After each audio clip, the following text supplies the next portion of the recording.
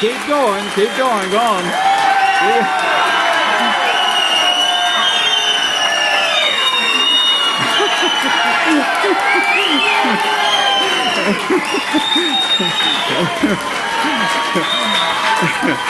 Praise Yahweh. You may be seated.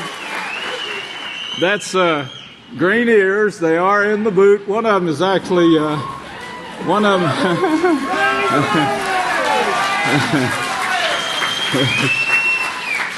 The scripture says in the boot. This is the boot that I'm holding here, and when you pull it back, so you can see the green head. But the head then will come on out of the boot, and of course make barley. These are huge, and they grew all through the storms. Everything. At the homestead. The homestead. Praise Yahweh. Wonderful. Surely anyone can see we're in the end right now. And just a couple of things here. One, I don't know how it made it into the book on leavenings, but baking soda is not a leavening. I think I brought that out in the chemistry of it in the very first book. I don't know how it got back in there, but you would have to mix the acid with soda to make it a leavening. And of course you can't mix it in with flour, because flour does have acid in it. So, if you can keep baking soda. You do not have to throw it away during the feast, but you cannot use it. There's a danger in using it and turning it into a leavening. But it's not a leavening in itself. May the peace of Yahweh be with each and every one of you. 250 significant earthquakes shook the world in the past 7 days. Just the past 7 days now. 250, brethren. You remember the sermon last week, surely. And surely we can see that we're in the time of the quartet. We're right at the time when the people are getting killed, slaughtered in and around the great river Euphrates. And of course, very soon now, the articles that was handed me this morning show that we're right on the verge of starting the nuclear wars now that will finish wiping out the 1/3 of the people over that fourth part of the earth. And now, of course, all of this is brought about because of deception. And this week, Yahweh has brought it to my attention more and more, and I had a dream about it. I woke up during the night several times thinking about the deception. This is what causes splits, of course. And the only way that I can see in the Holy Scriptures, if you can find another way, let me know. But the only way I can see that you won't be deceived is to ask at Abel and to ask the one sent at Abel. And you can't just ask at Abel, because there are those who, they disagree with the priest. In fact, that's one of the things that the list that I have that we need to overcome before the feast. You're really on dangerous grounds right now, because if you don't, Yahweh has told you that I'm going to bring perfection to His house. And, praise Yahweh. Yeshua says you're a fool if you don't believe these prophecies. So you see where you're standing now when you go against what I tell you. And I'm trying to get you into the kingdom. I want you forever, every one of you, in the kingdom with me. But if you go against my word, if you go against my teaching, there's no way I can help you later. You're sunk. You're gone. You're going to burn in hell. And there's nothing that I could do about it. There's nothing I would do about it, because I don't want controversy in the kingdom either. I want us to all be one in unity. The only way you can keep from being one with me in unity is not believe all that the prophets have spoken. So you're a fool. And of course, the fools are not going to be in the kingdom. And this is the last days. You know, this is your last opportunity to be there, to be part of Yahweh's kingdom. There's nothing I can do after the gates are closed. After the door is closed, Joshua says there's nothing you can do, Israel, after that. You've got to get them in before that or they're gone forever. There will be weeping and gnashing of teeth when you see the rest of your friends and brothers enter the kingdom and you yourselves cast out because you won't get off of this high horse you're on. The same high horse that the Pope is riding. But you know, this deception, you know, it starts maybe with a word or something, but right now I want you to start thinking about overcoming irritability shown to others. That's one thing. Carrying grudges. Sometimes these things get you in trouble because you start rejecting the word because of a grudge you have. Then you harbor that resentment and it turns into what the scripture calls wormwood and bitterness. And then there's also some that still express their hatred for enemies. You really need to change your mind about that. These people wouldn't be your enemies if Yahweh were calling them, and they will be your servants later. You will use them here on earth, those that don't do it deliberately. What I just told you would be a deliberate sin. When you go against what I've told you, that's a deliberate sin. And you better read the 10th chapter of Hebrews, because the high priest over the house of Yahweh is guiding me. Now, if you're in contradiction with my words, Yahweh has already told you by the prophets what I'm going to do. So if you're in contradiction with my words, you're in contradiction with our high priest. And I'm certainly not going to turn you against our high priest. I love that man dearly. But Yahweh says there's no more sacrifice for sins. If you go contrary to this, there is no more sacrifice. It's a deliberate planned sin. A deliberate planned sin, and you won't find forgiveness. I'll guarantee you won't find it. So you better think about it. Your bitterness is not all that important to you. Your hatred that you're holding on to, or whatever it is, your grudges, you know, it's whatever you have against the priest in the house of Yahweh, you better repent, you know, and you better repent quickly. You really need to prove yourself to Yahweh. Some still try to go to the heathen to get truth. You know, this was practiced. This is what caused the downfall of the kings of the East to begin with. Now, I know that if you'd have been listening to my sermons, totally listening, you know, when you tell me, well, I was driving down the road and I had the tape plugged in, I might have missed a little of it. I stopped for gas. I went in to get me a pack of cigarettes. No, surely not. But it gets down that low. When you start falling, you just keep going. Some resent the priest, telling them what to do, trying to, you know, Yahweh says they're watching out for your souls, you know, for your life. And you should be paying honor to them. You should be paying honor to the priest that's on the way. Praise Yahweh.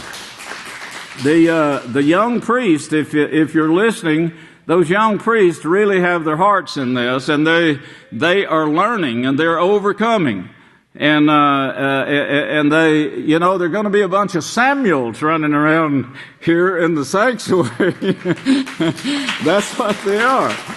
And the priestess, you know, when many of them call me to confess, and I'm so amazed at how they actually will confess all their bad faults, and some of them cry about it when they're doing it.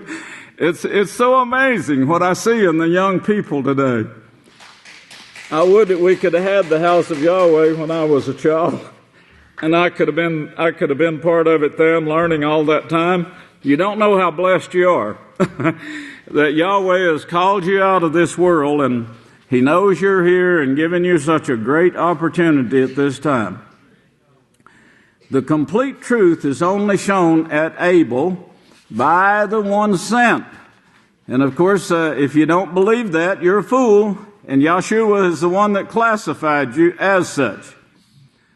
The priests at Jerusalem became deceived. I'm talking about Jerusalem and all of Israel now. All these elders that came to Samuel and said, we want a king over us. We don't want you ruling over us anymore. You know, they became deceived because they did not allow Abel to be their guide. And of course, when they went out, they had power. And these were the captains of 50s, of thousands, and so forth. And they were given power. They gained a great deal of respect among the people. So they of course, said, we want a king. Well, after they left Samuel, of course, this one had this idea and said, well, Moshe is doing it wrong. Samuel's doing it wrong. And no telling how many blamed Samuel's sons, but they started splitting among themselves. This is what you see in Christianity today. It's all over the world, the splits that you see, and that started with these people that left Samuel, left Abel. Oh, no, I'm smarter than that. Man, I've come way past Abel. You know, he's ancient. They act like they can't get over the thought that Yahweh is the one that was guiding. It wasn't the man.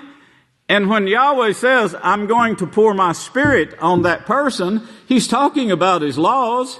He's talking about putting laws, as Yahshua said. Read it for yourself. You ought to memorize that verse, 663. Yochanan, 663. The laws that I teach, they are holy and they are the Spirit of Yahweh. And of course, Yahweh says, I'm going to put my Spirit upon this man. And He gives you the name, place of birth, where the house of Yahweh is going to be established. He gives you more details than He gave about the Savior's life, about this last day's work. Of course, the Savior is part of this last day's work. So in the beginning, in Genesis, where He was talking about me, He was also talking about Yahshua putting the work on my back in this time period. So, from the beginning. But the priests, they looked to their own intelligence. The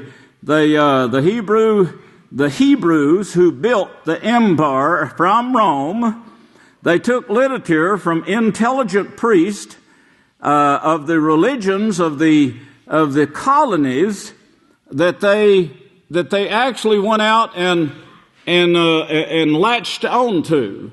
You know, they had a parade of workers. This wasn't like a single man went out to do a thing. It was they couldn't agree on Yahweh's holiness. They couldn't agree on following it, but they could agree that they wanted an empire. So they sent men out, and first they tried to build this in Israel. And but it didn't work. If you remember, when the Benjamites, so they tried to bring this in, and of course, I know you remember the story where a man cut up a woman's body, a concubine's body, and sent pieces to all the 12 tribes. Yahweh was showing all the 12 tribes what a sorry mess they had come to.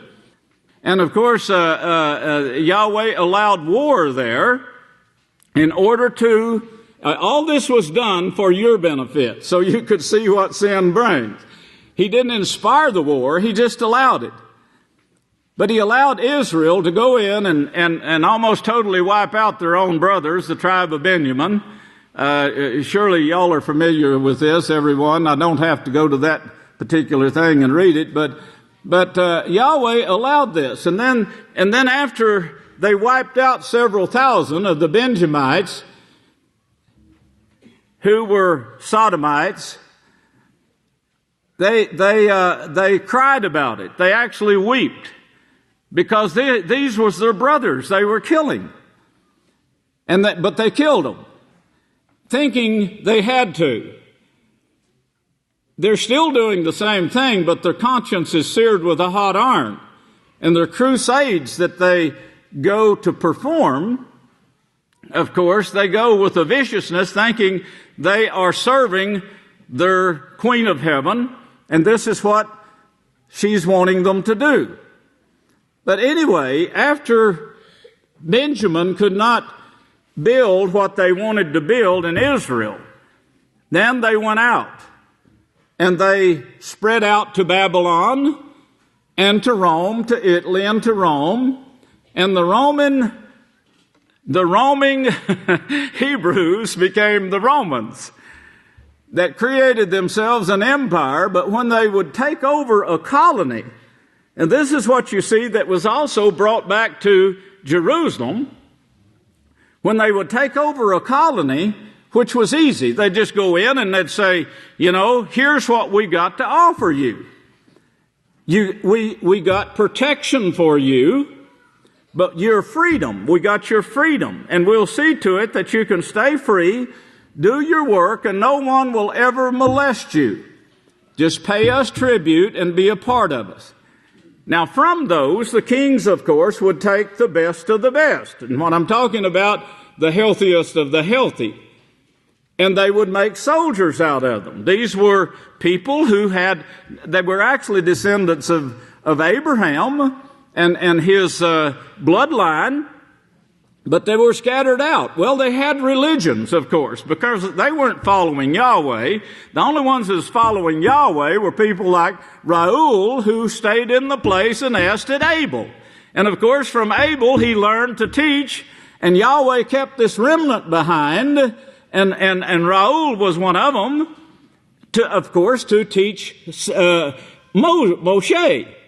Well, if you'll just think about it, brethren, what I'm going to get that whole thing in a sermon, to you one of these days, Yahweh willing. I'm running a little behind, but I'm still running. so I will get it. But what I want you to see mostly is that Yahweh is guiding His Word. I'm not guiding this. I'm an instrument in Yahweh's hands that is bringing you what He prophesied that I would bring you in this time period. And He is guiding it so perfectly, I wake up of a night with His Word coming to me. Early in the morning, my thoughts arise to Him because He wakes me up with this thought in my mind. So I said, what we've got to do here, we've got to go back and see how easy deception is brought in. And how, it's brought in by motivation, of course. These people the colonies that they took them over by the thousands. And they increased to where they had such a mighty empire that, it grew like crazy because the people were offered a lot of things. And the soldiers, when they were sent out, they went out with the thought in mind to get what they wanted. And the riches was divided among them. A certain amount of the riches. And the gladiators who were put in to kill their own brothers, these were brothers killing brothers, fighting against brothers. But the ones who killed them, who killed the most, became the best fighters. They died rich. Yes, Rome rewarded them for it. Give them all their wants and wishes while they were doing it too. Well, this is how their empire was built.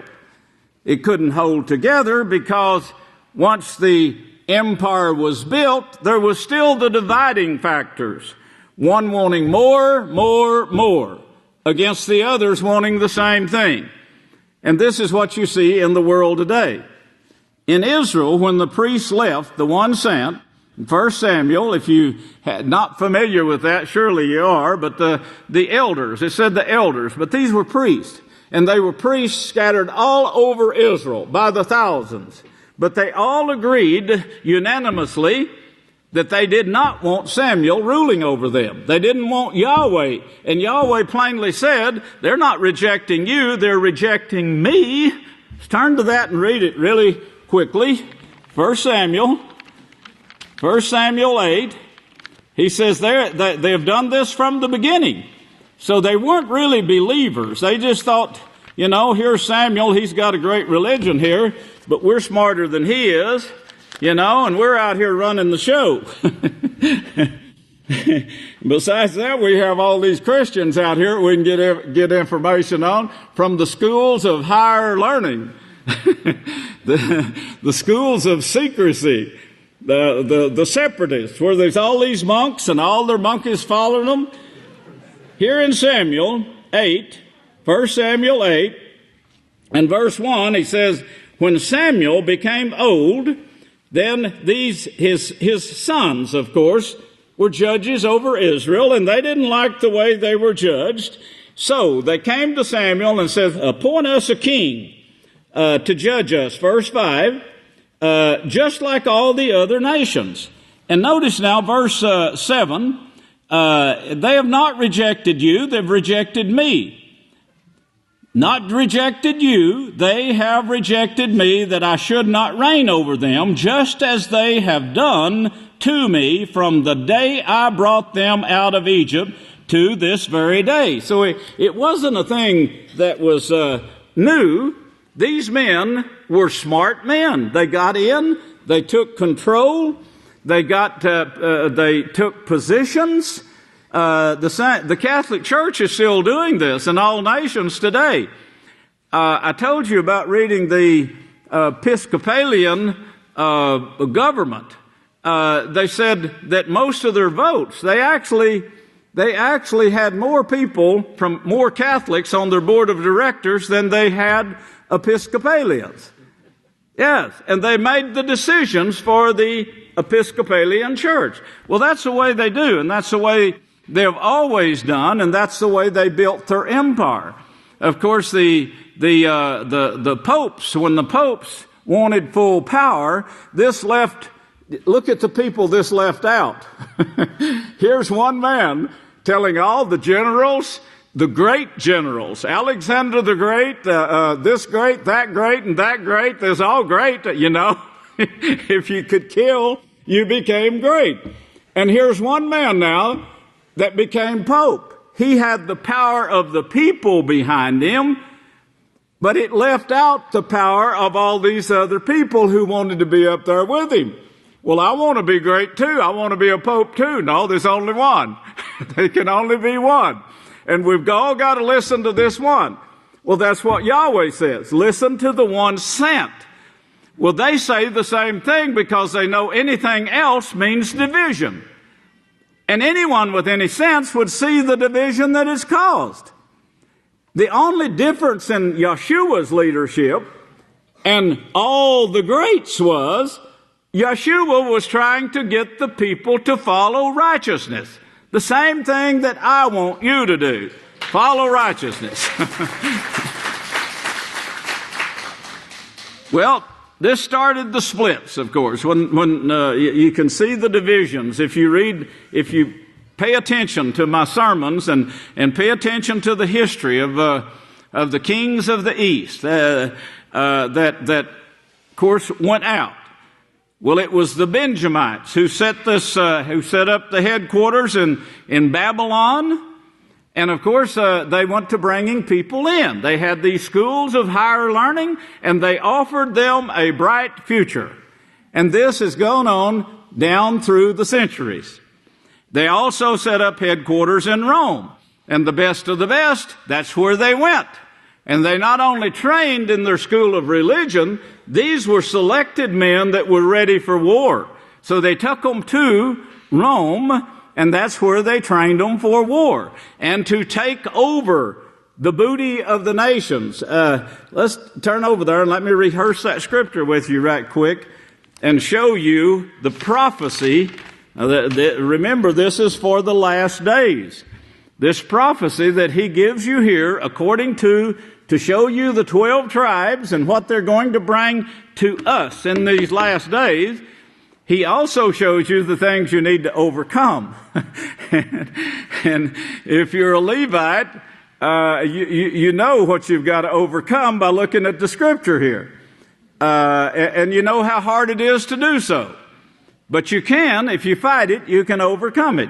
Well, here now, notice verse 1, 49, Genesis 49, verse 1. Notice the last two words. This is a prophecy for the last days. The apostles spoke of this, saying that all of this was given to us in the beginning. In the beginning, the laws of love, the prophecies, everything. In the book of beginning, that's what Genesis means. It means in the beginning. Well, of course, the prophecies concerning me, our high priest Joshua, the house of Yahweh in these last days is all given there too. But here he shows you the rest of the world. And Benjamin is a ravenous wolf. And of course, the way he describes this, if you could spend several days studying these words here and tracing them from Hebrew to Latin to several different languages and showing the details that Yahweh has given here in these two verses here concerning what went on in Rome. And if you put that together with what is shown by the rest of the prophets and the apostles, you get a picture painted like you saw on the on today's news about the Catholic Church. Well, notice he's a ravenous wolf. In the morning he devours the foe, and in the evening he divides their plunder. That's what they've done down through history ever since they built them. Soldiers, an empire, a tower, as was called in Babel. It wasn't a tall building by any means. They built some tall buildings, but what this was a tower of strength, that come from the schools of higher learning, and they figured out how they could do this, and this on paper, and then they set their armies out, of course, to do it. Well. All these are this is verse 28, all these are the 12 tribes of Israel, and this is what their father said to them when he bade them farewell, addressing to each an appropriate message. Well, of course, that is for our time, the last days. That's what Yahweh was inspiring this man to tell you and me, still watching out for his work in the last days. They got pulled or spread out after the battle, after 11 of the 12 tribes came against them, slaughtered a big slew of them. They saw that they couldn't live, they couldn't get this thing to going properly in that. This was Yahweh's doing to scatter them out, to where they wouldn't be in Israel. And to scatter them out to the rest of the nations to fulfill the prophecy you see here for the last days. And of course, there's these genes that come down to us. They're setting up headquarters in Babylon, and they also set it up in Rome. Now, Shaul's letter to the Romans, or the Hebrew Romers, the Pharisees, and which means separatists. They separated themselves as they do today, so no one would know what they're doing behind the green door or behind closed doors or so forth. But they had to do it in a place far from Israel. And then from there, Yahweh said, the 12 tribes was pulled out and be to them because they went, and you can see, if you remember the sermons that I brought to you about Ruth and Boaz. If If you remember those sermons, there were certain things took place. Yahweh guided this. There was a certain woman that lived between Tyre and Sidon. Now, I want you to keep those two towns in mind before I cover this next part here. A certain woman. And, of course, this was the one that Yeshua said, there was a lot of widows in Israel, but Yahweh only sent Elijah to one widow. Why? To show, of course, that he's guiding his work. And, of course, that woman had a son. And she confessed, is the son dying because of my sins? Which meant he said enough to you. And you should have got this in your mind from those sermons, that she said enough that you would know that she was involved in sins where she was living between Tyre and Sidon. In fact, her husband died, but her son was the one that Yahweh had planned for his work before the beginning of the world. His name was Yonah. I'm telling you things I know that I told you back then. I know you still remember them, but I just want to refresh these things in your mind. Sodom was part of this setup. Sodom. The word Sadi, it actually means my secret counsel. You might want to write that down because it's part of the word Sodom. Sodom, of course, was a town that dates way back, Genesis 13. I think we should turn there and read that. Genesis 13. And rehearse yourself with these scriptures. Get them in your mind. Now, I'm trying to show you how easily deception starts. And as I said to begin with, the only way that you can be deceived is not follow the one sent. If you don't follow the one sent and set your heart to do so. In fact, Yahweh tells you to honor me. He tells you to build me up, to pick me up. Pick me up and teach others this.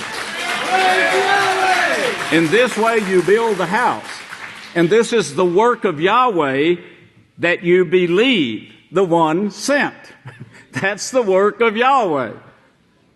And of course, if you don't join that work of Yahweh, you won't be part of his house that's going to be chosen here very soon to be pulled up into heaven. Well, here in 13 now, Genesis 13 and verse 11. He says, and Lot chose for himself all the plain of Jordan, and Lot journeyed east, and they parted company from each other. And Abram lived in the land of Canaan, and Lot lived in the city of the plain, and pitched his tent as far as Sodom. Well, you see what Yahweh was bringing to pass here was a particular incident that was going to spread the Benjamites. Now get this in your mind. I'm talking about Sodom, but I'm also talking about the Benjamites. He is going to get this ready to spread this group to other locations and to build a fourth kingdom that would rule the world. That would be a part of this last days thing that we're dealing with right now. The last days. If you can get all that in your mind from what Yahweh is showing you and has showed you in my past sermon. I would that you wouldn't just listen to these sermons while you're driving down the road. You can do that. Or while you're working in the kitchen.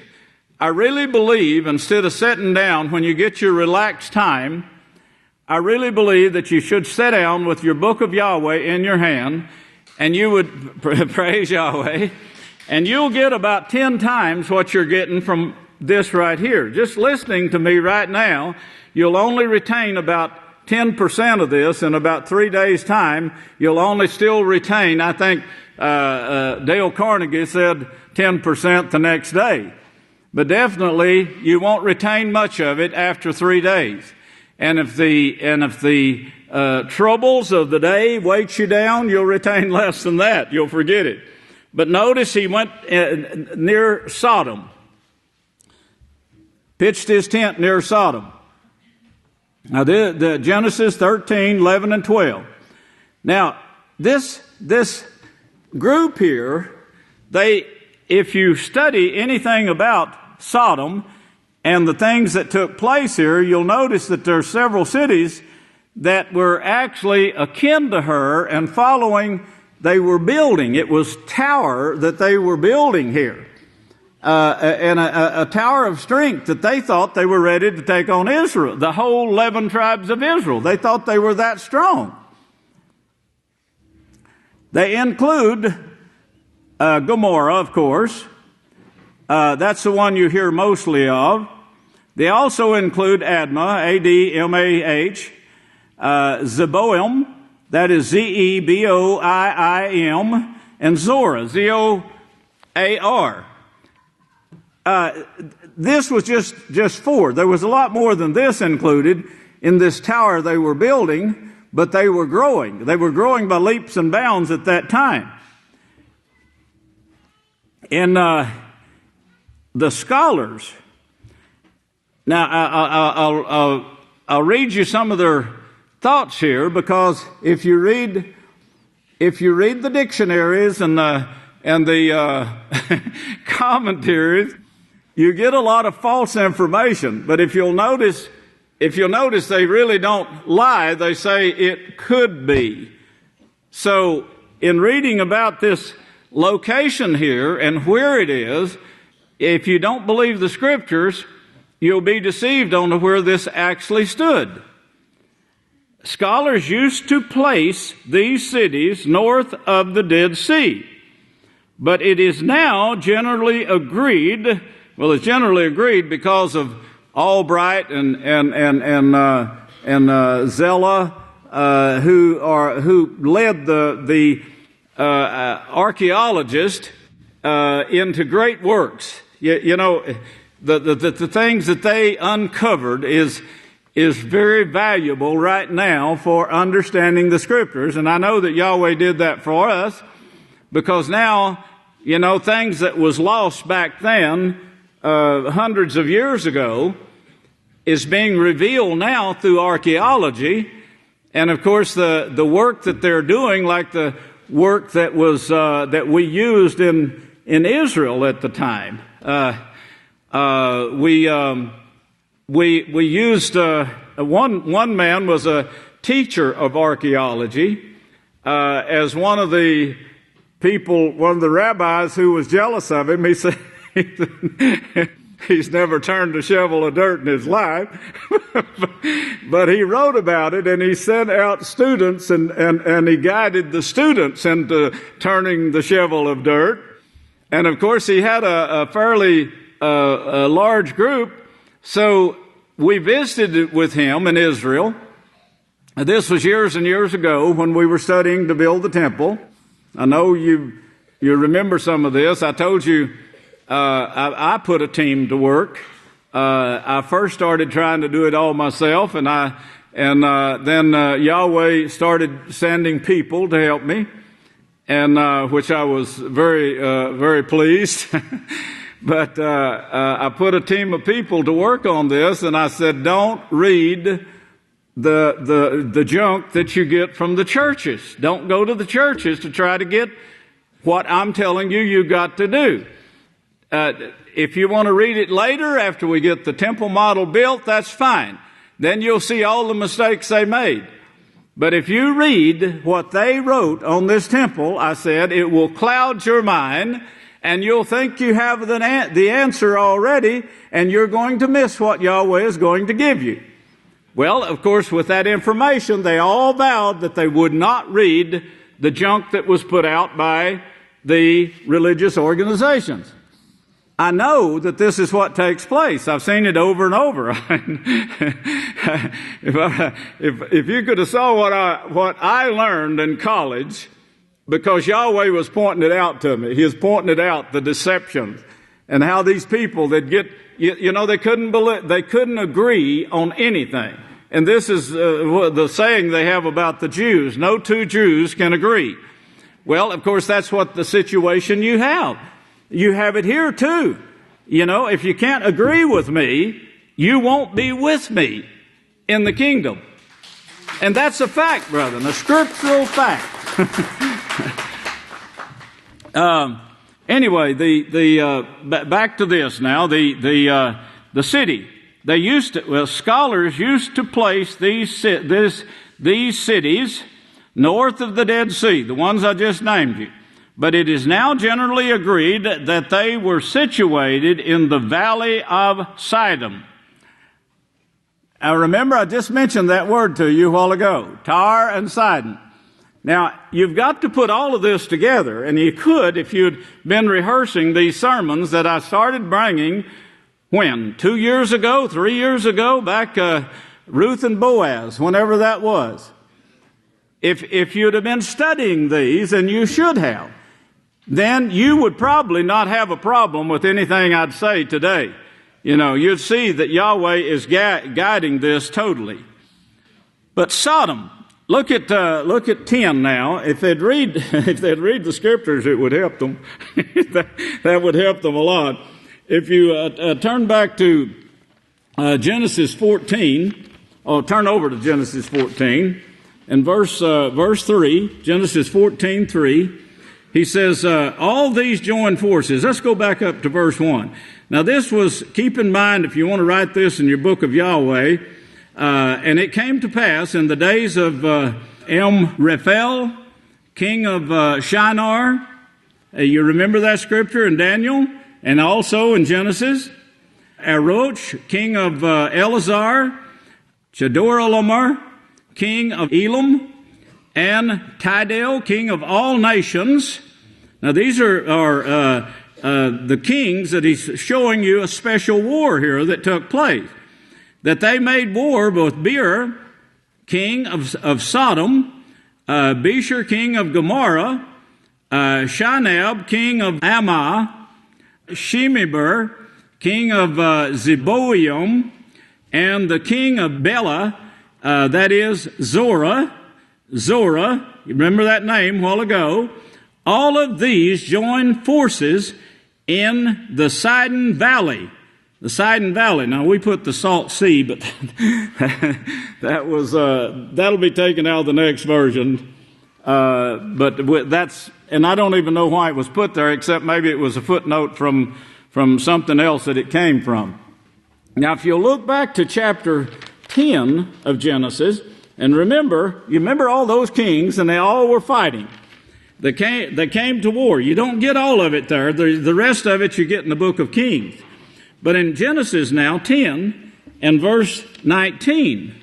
Genesis 10 and verse 19. Now this is where the list of Abraham's descendants and all of the different ones also shows that Cush fathered the sons of Ham, and then it shows that Cush actually fathered this school of higher learning called Nimrod. And then in verse 19 it says the border of the Canaanites was from Sidon. Here you see the word again, Sidon. As you go toward Gera, see, they point it out to you here. As far as, it shows you where it is, if they would just pay attention to the scriptures, Gaza. Then as you go towards Sodom, Gomorrah, Ammon. So he shows you exactly where this took place here. Sodom. A Sodomite, it's a religion. We think of it as an act, but this is it actually in the scriptures is what I'm talking about. This means a consecrated, devoted, sodomite, S-O-D-O-M-I-T-E. It means consecrated, devoted. The Sodomites were not inhabitants of Sodom or their descendants, but men consecrated to the unnatural vice of Sodom. You got that? Okay. They were consecrated to this. Let's look at Genesis 19. Genesis 19. And notice verse 4. Now before they lay down, the men of the city, the men of Sodom, both old and young, all the people from every quarter surrounded the house. And they called to Lot and said to him, where are the men who came to you tonight? Bring them out to us that we may know them. Let's go over to Romans. Now, this, according to history, they got converts this way, and the ones that they couldn't persuade in this direction, if they were trying, they killed them. But the ones who would submit to this consecrated religion, because it was part of the religion, the ones that would submit, well, they would accept into their kingdom. If you will turn over to Romans, because, now get this in mind, the Apostle Shaul wrote a letter to the Romans. And the Roman Hebrews, who became the name, or got the name Romans, who was nothing but Pharisees to begin with, that separated themselves, and that's what Pharisee means, it's separate. But these people were long before that. They were in the days, in the beginning, in Sodom and Gomorrah. And of course, the reason that Yahweh destroyed these two cities to begin with was because first off, he didn't want them in this location because of the fact that a lot of the people that he was using in his work and his plan of breeding and so forth had to be in this location. And that one that we just mentioned to you a while ago had a great work to do, Yana, which brought forth a great work from his work, actually spread like smoke in the wind, bringing forth the work of Yahweh that led up to Yeshua. And of course, Yeshua, they say, well, it was a type. Well, it wasn't a type, but it led to the work. And Yeshua then said, as Jonah was in the belly of the fish 3 days and 3 nights, so the Son of Man is going to be in the grave 3 days and 3 nights. So this work that he was doing right here in Sodom and Gomorrah, and the work he was protecting here, actually was the reason for his work being invaded on by Satan. Satan trying to defile the bed like the person did in Jacob's household, defile one of his concubines, and therefore brought this other sexual degenerative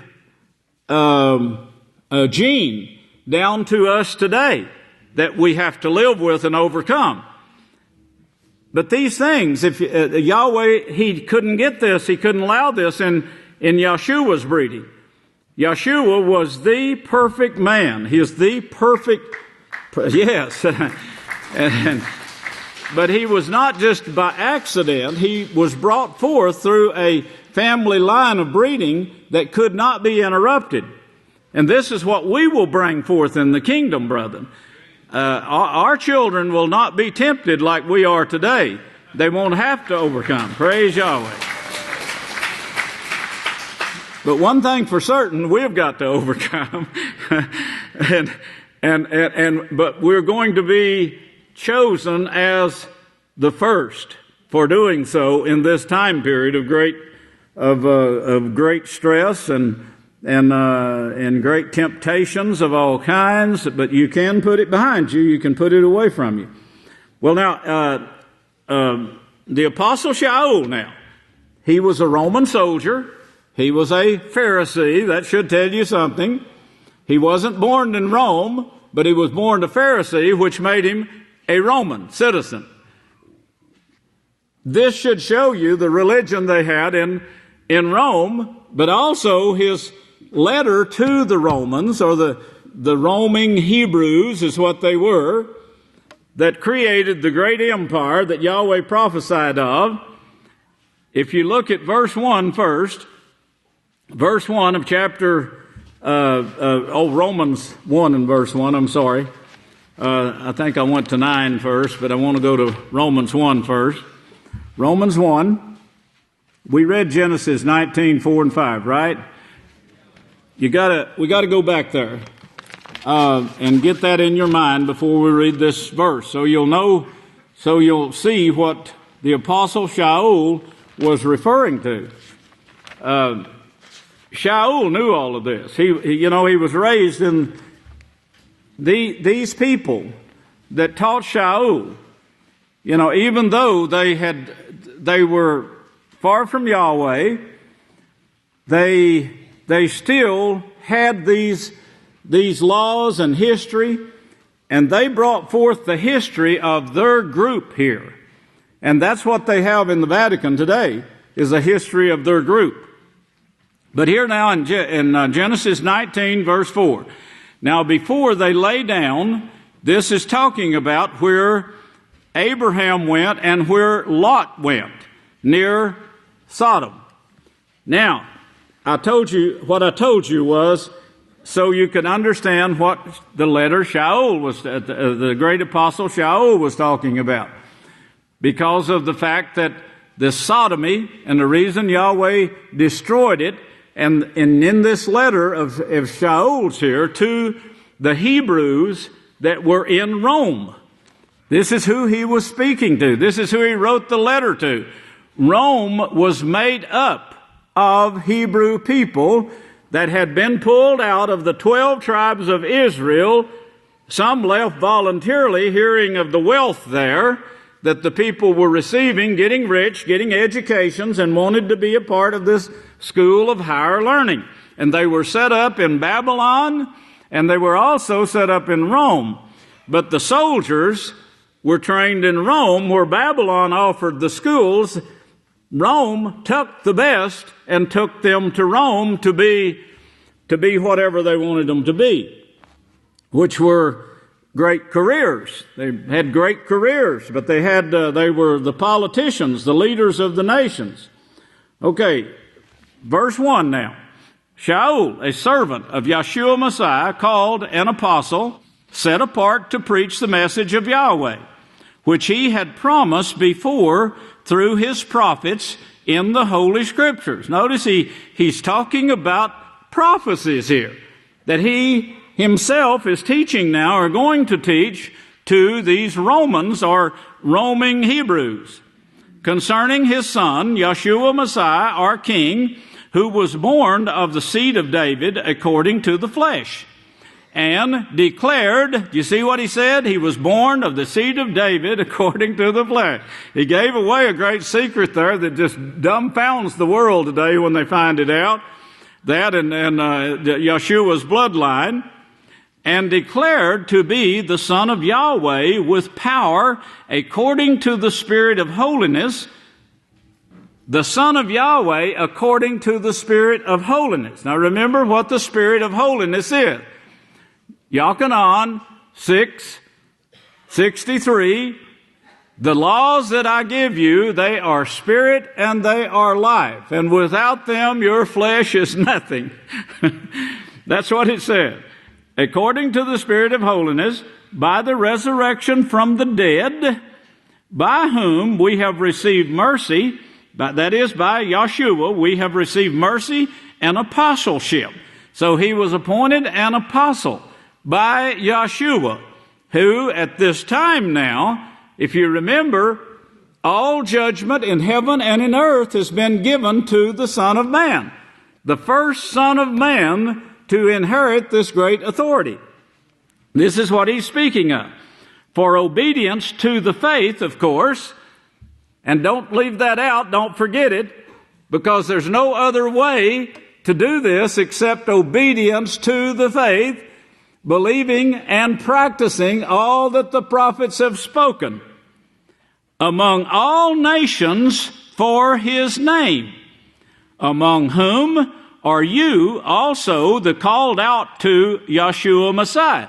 So here he's addressing people that he knows are believers in Rome.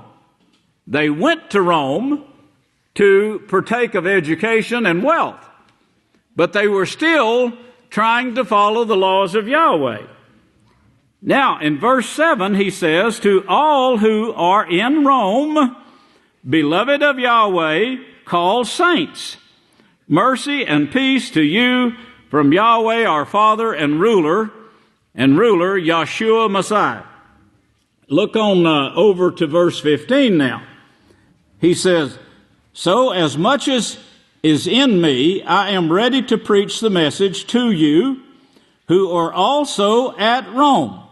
I'm ready to preach the message to you who are also at Rome.